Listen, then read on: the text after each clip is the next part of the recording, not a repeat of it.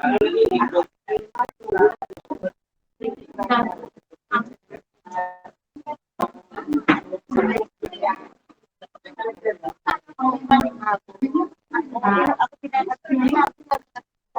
na-click mo, ma'am, dito? Yung ano, itong activity? Di ba ito pa lang? Hindi, kanina. Yung sa ano mo na siya, sa lesson, add lesson. Add lesson lang. Nailagay ko na add lesson. Kasi ano, So, let's continue po, no? Ayan. So, ano po kasi sa Google Form, kapag nakakapag-comment po sila ng Google Browser, kailangan mag-cheat. This time sa LMS, pwede po natin i-restrict yung open. Parang once they take that exam, they cannot open any browser. Okay, sir,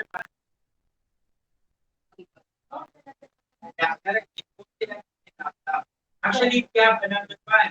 Pwede po natin gawing time ating exam. At the same time, we can allow them na stop the exam. Pwede nilang, for example, they have two device. They have laptop, they have phone. Kapag nakalapit sila sa phone, Makikita na. what is that undefined na? Ano po Isisave na siya. i-disable po namin yung multiple Sinave na ba? Hindi na po. Deploy natin yung Sinave mo, ma'am? Alin? Yung ganito. Oo. Ay, ano ba yan? Yung lesson. Add lesson. Kunyari Yung nag-share lesson. po sila.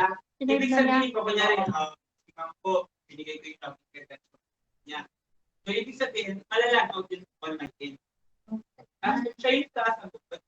So, makikita po natin, actually, makikita po natin yung IP address ng mga users natin. Makikita po natin, malalaman natin po kapag iba po. Okay. Since madalas po ginagamit ng bata, usually nasa isang IP address.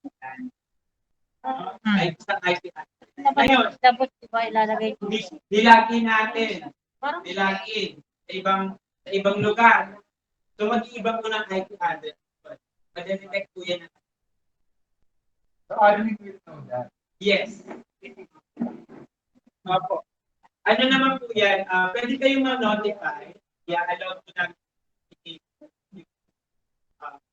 Kasi may reports po kami gagawin. Mga reports po. Regarding the student, so that we will be able to monitor. Yes, all teachers and students. Pati po yung mga monitor natin. Kung sila po ay naglalagin. Ano po, actually, meron po tayong ilalagay na monitor person. So, pinag siya po yung monitor na ito. Apa ini? Yes. Oh, ma'am.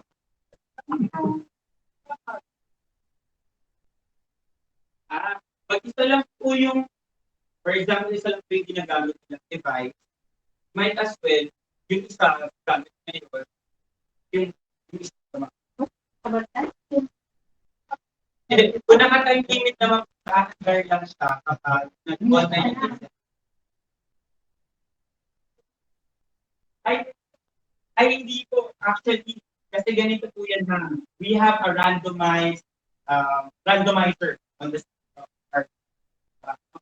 Sa shuffle na po yun. For example, ang answer ko sa 1 to 10 ganito po, A, B, C, D, E. Sa next po, mapapalitan ko pati yung choices. So mamaya papakita ko po sa inyo here, randomize yung choices, at the same time, randomize yung question.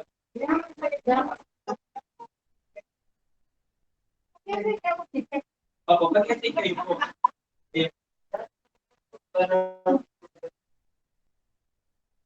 Yung materials, opo, yung exam.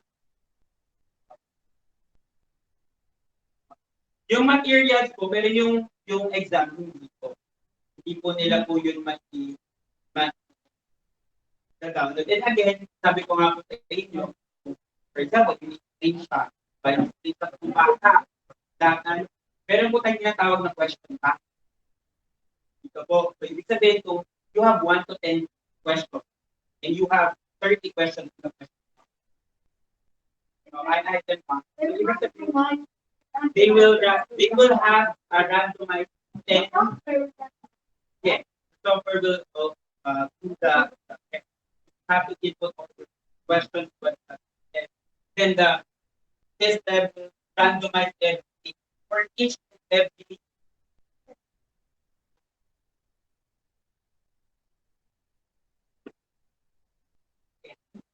Yes, yes, yes. Pero pwede may basic naman kayo yung na nilagay dito. No? Meron lang po tayo option. Yun ay kung pero mga you can do it on low region. Pero again, for each, yun po yung ano. Yung mga pictures tayo ng one, kaya sabihin, isang screen lang po na mapupuktan ng exam lang. Kahit ano pong pindot sa computer na once na nag-click siya ng hindi siya makapag-open. Hindi siya makapag-open. Pero naka-print, parang naka-print yung computer na exam lang. Yes. Tinitingnan pa yung module. So, pero yun na po, meron tayong, pag in-open nila sa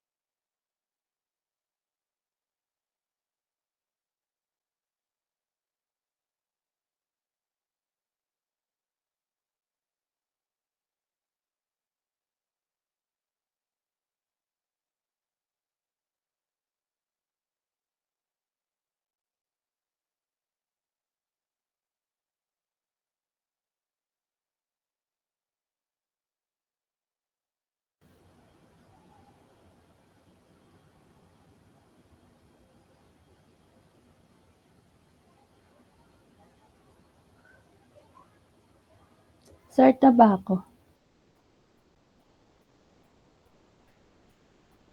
Hello? Go lang, be. Sige.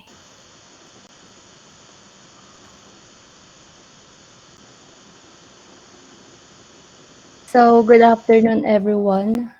I am Rochelle Neberio, together with Syra Santiago and Lapada Marchillo. We are the Group 15, the presenters for today, and we will be discussing the clay, glass, fiber, metal in woods. So my topic is about clay. So let's start.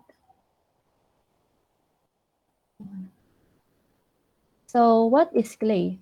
You have probably worked with clay before. You might have used Play-Doh, modeling clay, or even made your own dough out of flour and salt, which is called salt dough. So, clay art modeling is fun art activity that involves the sculpting and molding of modeling clay into a variety of shapes and objects.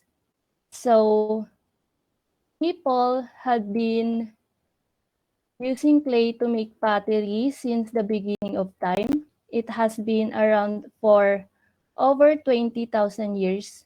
So people have been using clay ever since they discovered that they could pull stuff from the earth, mold and sculpt it, allow to dry, and then use it.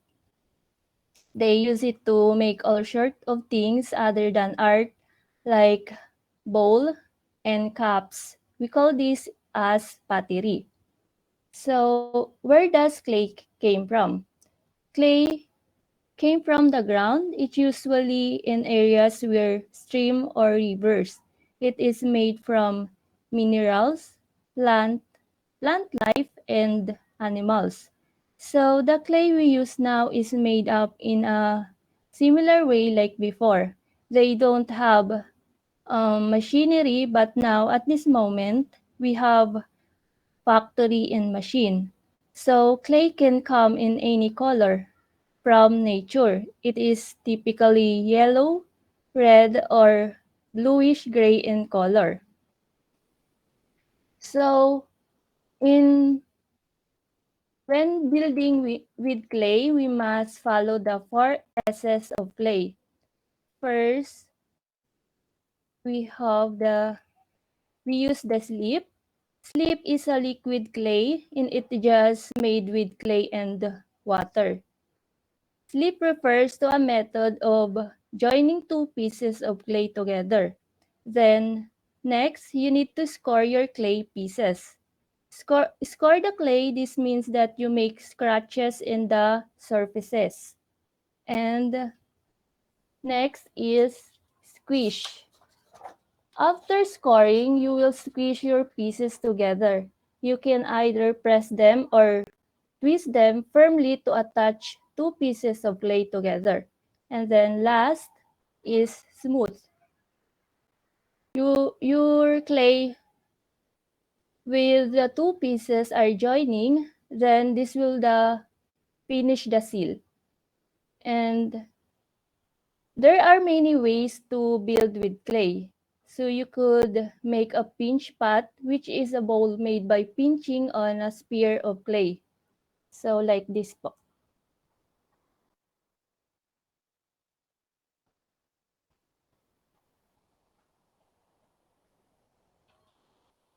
Yan po yung pinch pot. And also, you could use a slab to make your piece. A slab is a flat pancake or of clay mud with your hands or using a rolling pin. Like that.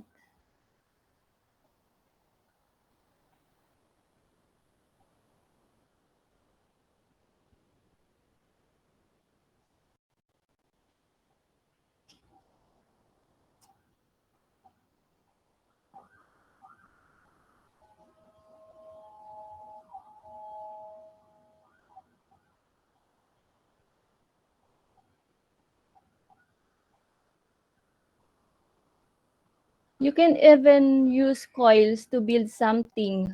It's a long thin rope of clay made by rolling with your hands. Then try your best to make it even thickness. Like that.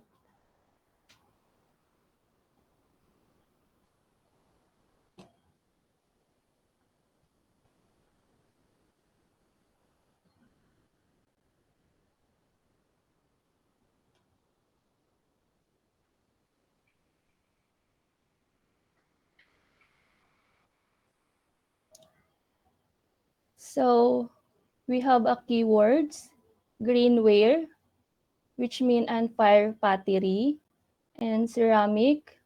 Other name is whiskey, and then glaze. It is a type of paint made of tiny pieces of glass done only to be used in the clay. So We have here the journey of clay. Ito yung step kung paano gawin yung isang pottery. First, we have leather hard, means this is the stage of clay that a pot is in a halfway dry. Kumbaga, ito yung stage na di pa masyadong tuyo, pwede pa siyang malagyan ng decoration, like anything na gusto mo i-decorate and so on. In other words, it is called carving stage. And next step is greenware. It is a clay that ready to be fired sa kiln, which is ito yung oven for pottery. And then B square, ito yung kakalabasan ng kapag naluto na siya sa oven. And then glazing. Glazing, this is the type of paint. So why do we glaze? Because to enhance the piece and para lumabas yung pagka-aesthetic and functional level, and importantly, yung pagiging waterproof and also for food safe. Then after glazing, let's go for second firing again sa oven, which is yung kiln. And then yung result is ceramics. That's all for the clay, and let's move for glass.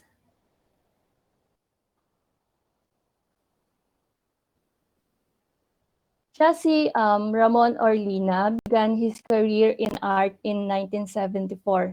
Siya ay isang sculptor dito sa Pilipinas, specifically a glass sculpture, pero ang natapos niya ay architecture. Nag-aral siya sa University of Santo Tomas hanggang siya ay napunta sa arts at pinili niyang maging medium yung pag-sculpt ng glass.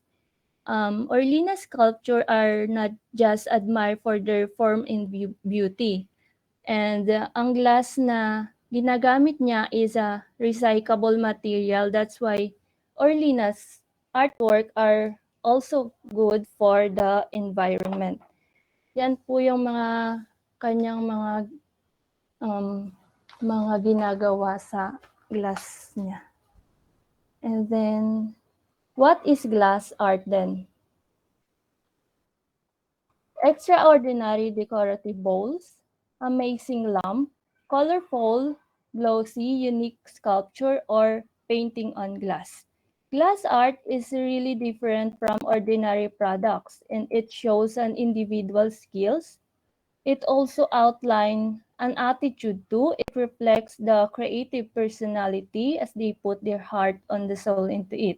One thing is for sure is that creating glass artwork isn't an easy process. So we have here the glass art techniques. First, we have stained glass, blown glass, glass casting, flame work glass, cold glass, and broken glass. So for stained glass, for beginners, there is stained glass, or if we put it in other words, it is colored glass. It is an essential way of an artistic approach to this material. Stained glass painting exists since centuries. It is popularly applied to windows of churches. If kung napapansin nyo yung mga Catholic church, ito po yung kanilang windows. Ayan po yung stained glass. And next, we have blown glass. The oldest and most traditional technique for working with glass is glass blowing. Let's watch po.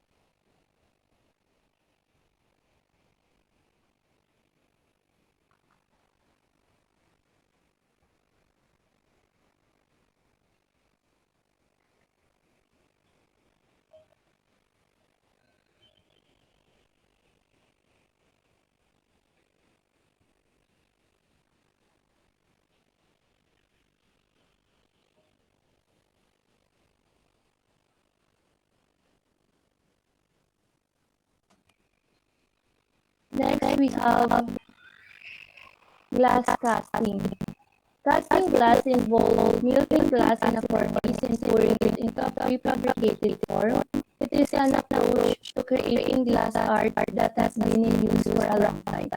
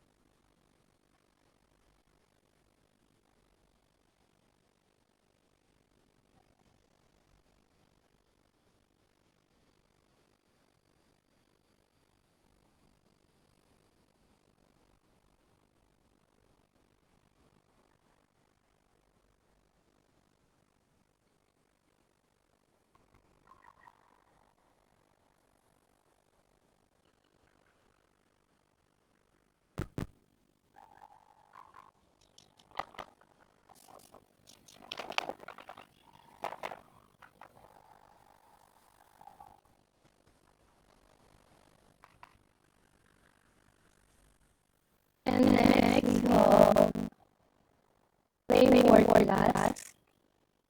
Frameworking, also known as lamp working, is the technique involving the use of a torch or a lamp to melt the glass and then shape it using specialized glass tools.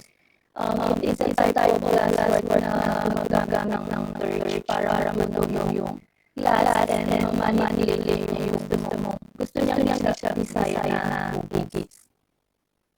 And next, we have cold glass. Cold glass art, as the name suggests, instead that different techniques are used to create artworks, including engraving, polishing, etching, and cutting. So, dito, more on writing and polishing yung ginagawa dito. And lastly, we have broken glass. Broken glass art simply uses pieces of broken glass to create this artistic effect. For instance, say often uses pieces or broken glass to create art. That's one examples. So that's all for my report. So I will be calling for Ms. Santiago to continue the report. Good morning, everyone. Good morning to my report is wood and metal. So, metal.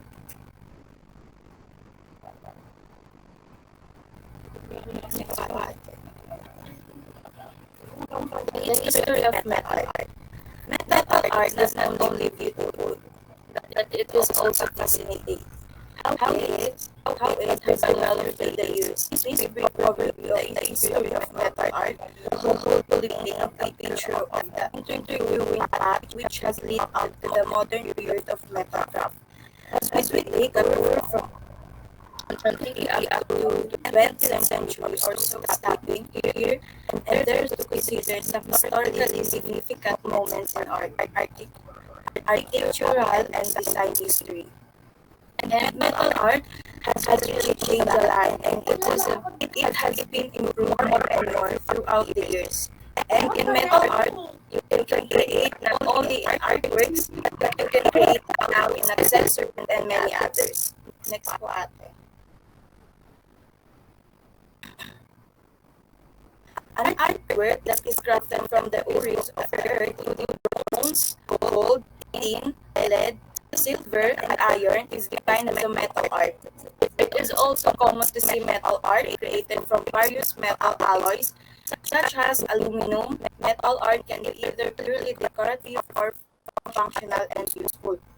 So, the meaning of ures of the earth, ang kahulugan nito, ito ay isang deposito sa crust ng earth or mundo na kung saan isa o higit pang mahalagang mineral ang mga nakapaloob dito na naglalaman ng napakalaga lalo na sa ating industry because we all know metal is used in many ways like for jewelries and other building purposes. Next po ate. So we have some example of metal art. We have skull metal and mini motorcycle. Yan, yung upuan. Actually, meron pa rin naman yan ngayon. Yan yung mini dragon. Next po. And statue and yung stair railings. So, ngayon sobrang laki na ng improvement lalo na sa mga railings kasi meron na silang mga designs na nalalagay natin sa mga bahay natin para mas mapaganda ang hawakan. So, all the pictures that I shown were made of metal arts. Metal art is so beautiful and unique, and we will see them in exhibits and other events that relate in arts. And making of arts using metal, there are many tools that can be built, and not only images, but also different kinds of animals, and also metal is also used in movies, like when the costume of some heroes and robots and others. So the importance of metalwork. We humans are born with our own talent when it comes to drawing, carving, and etc. And our works are not only done because it is necessary, but because it has value and it various sculptures, statues made by ancient people, give us knowledge about history. And it also allowed us to appreciate the things around us and also the mankind made. And this kind of observation help us to understand the importance of metal art. Next po ate. The next is wood.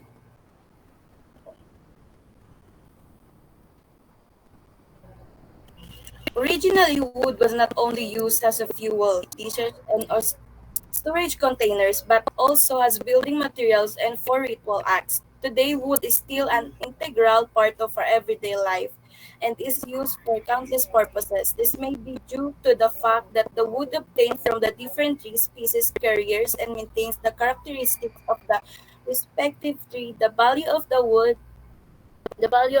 is measured by its strength or hardness, so that the suitable wood can be selected for every purpose. If the characteristics of wood are very broadly defined, then exotic tree or grass species can also be mentioned here that from a solid, stable, and workable trunk or stoop. These include palm wood and some types of grasses that grow to create heights and have very good stability so that houses and other structures can be made of it. Next po ate. Wood art represent the connection between man and nature. It can be said that since human had been starting to make tools, the relationship between man and wood has been started and still continues. Wood is naturally material that is abundant in different parts of our planet and is one of the materials used by early humans. Humans always have provided an important part, or at least one part of their needs through this material. Wood is an easy material to be converted to dimensions and designs. It does not transfer heat and it is cheaper than other materials. It is also a good arena for the talent, creativity, and art of artists in different ways. So, okay, why man and nature are connected? For me, that's why man is connected to nature because we humans are the ones who use and benefit from nature, and so is nature as too. As a human being, we need to take care of nature because this is where we got the tools that we can use in the products we make.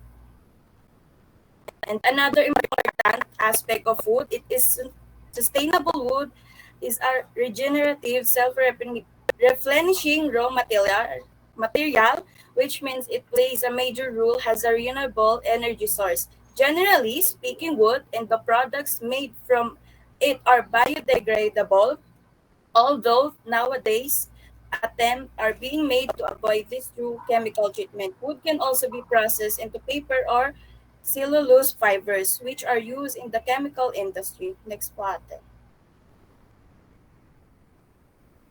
Materials made of wood. So here are some materials that made of wood. Yung mga kutsara, mga upuan, and yung mga laruan ng mga bata. So ayun lang po. Ayan yung ayun.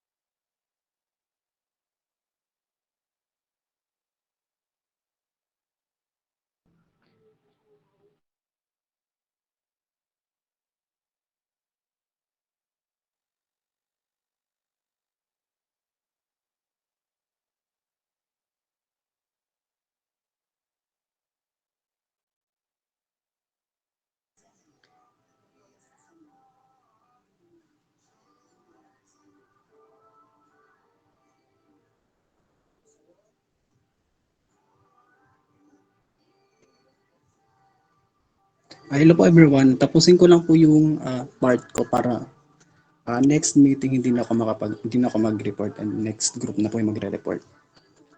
So fiber art, next po. Fiber art is a creation of works of art using a combination of matter that out of natural and synthetic fiber and components such as fabric or yarn. Fiber arts consist of cotton, linen, yarn, string, ribbon, wool, silk, acrylic, and many more. So sa fiber art, ito yung mga fine arts na nagbibigay na or nag-develop ng creative or aesthetic expression. And ito yung combination of natural synthetic fiber. Pag sinabi natin synthetic fiber, ito yung mga fiber na made by humans through chemical synthesis. And I mean nga, because of human-made components of fiber. Components, human-made na ang components ay mga fabric or yarn. Ito nga yung cotton, linen, yarn, string, ribbon, wool, silk, and many more. So next po. So fiber art was introduced after World War II and characterized as original art. Came into use by curators and arts historians to describe the work of the artist craftsmen in World War II. They saw a large increase in design and production of arts fabric. In 1950, increased the number of weavers and began binding fibers into functional and non-functional forms, works of art. So those years saw a sharp increase of in design and production of art fabric. And this one sa 1950s, as a contribution of crafts artists became more recognized, not just in fiber but in clay, metal, and other media arts. In other media arts.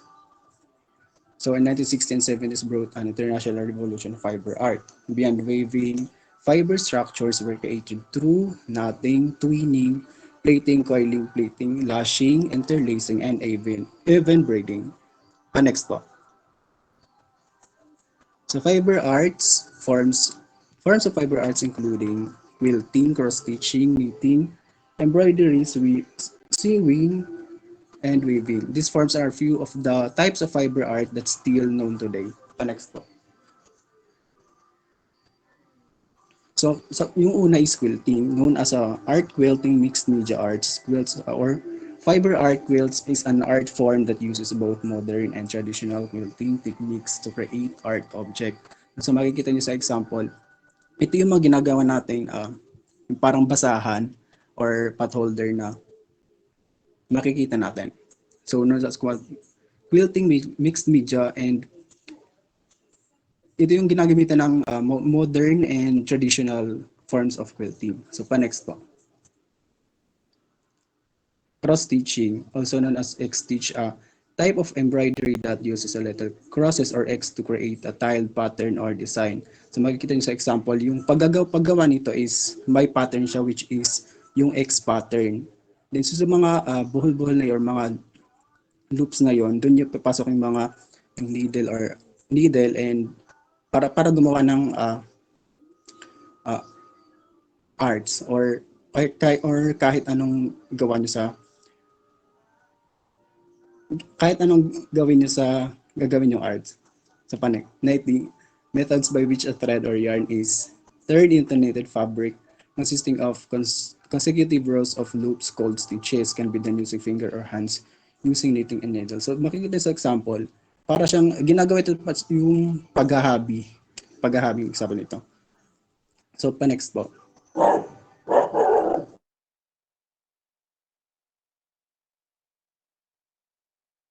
Embroidery, a decorative fabric or pieces of stitching yarn or thread into fabric art that takes precision and after quite a bit of time. So ito yung pinakamahirap sa lahat. Although may same siya sa cross stitching, which is yung X pattern, pero ito yung pinakamahirap dahil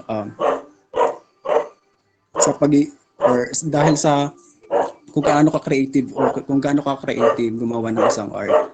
Kailangan mo siya talagang mabusisi yung paggawa mo. Which is, makikita naman sa example yung mga kung paano siya gawin, kung paano siya ginawa. So pa next po. Sewing, a method of connecting fabric or objects with a needle and thread, can be used to create garments and often exploring the boundaries between craft, fashion, and fine art. So ito na yung pinakabago, yung makikita yung pagtatahi, pag-ano.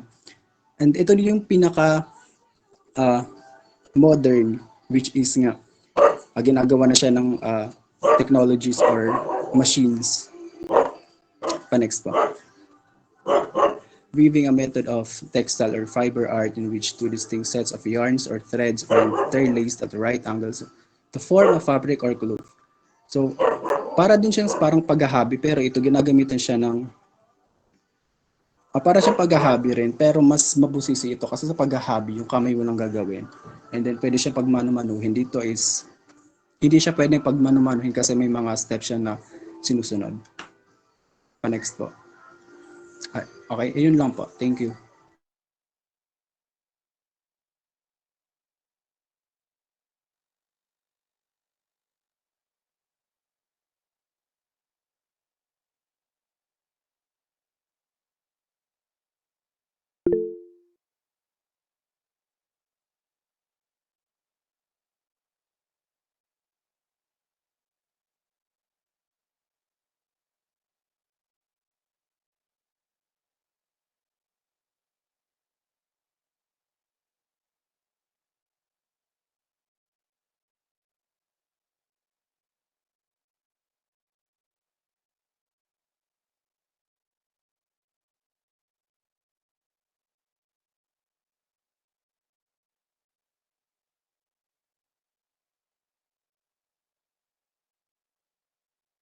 Pa-open cam po for the pic tayo.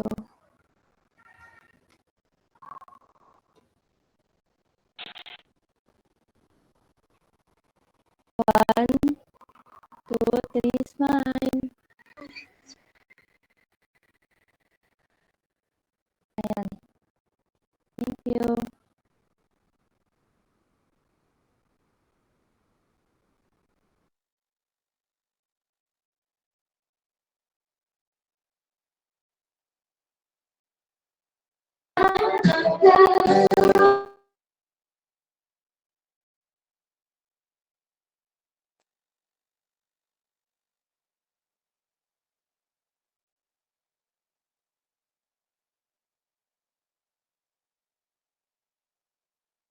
Pwede na po mag-leave. Pwede na, time naman na eh. Thank you. Thank you. Bye-bye. Bye po.